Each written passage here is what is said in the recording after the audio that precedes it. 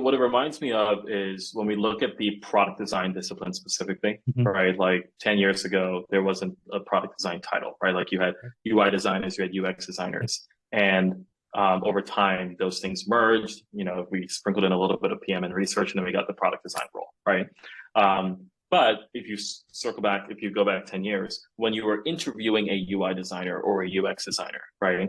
If they showed aptitude or interest in the other skill, Mhm. that tend to set them apart from other candidates because you felt that you were getting more than one from the hire. You felt like you were getting like 1.2 or 1.5, right? Because they could handle a little bit more of the load, right?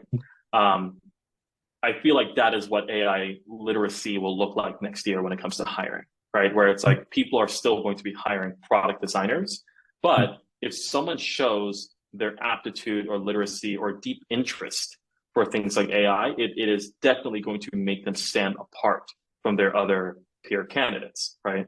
I think by the time you get to 2025, 2026, just, guesstimating here with the typical change curve of technology, that will go from a, ooh, that helps set you apart to like, oh, that is a requirement for the role, Mhm. right?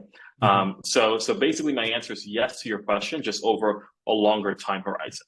And this is my guess. I can very much be Yeah. wrong. Like maybe there's some breakthrough in January or February, and then like in March, if you don't know it, like why bother, right? Right. But like my guess, again, speaking back to my earlier point, that like there's such a creative element to what we do that I've not yet seen how AI helps us beyond first draft. Like that is why I'm extrapolating and believing that like such a shift in like the recruiting parameters likely doesn't happen over the course of 12 months. It might happen over the course of like 24 to 36 based off of some future breakthrough that's hard to foresee presently.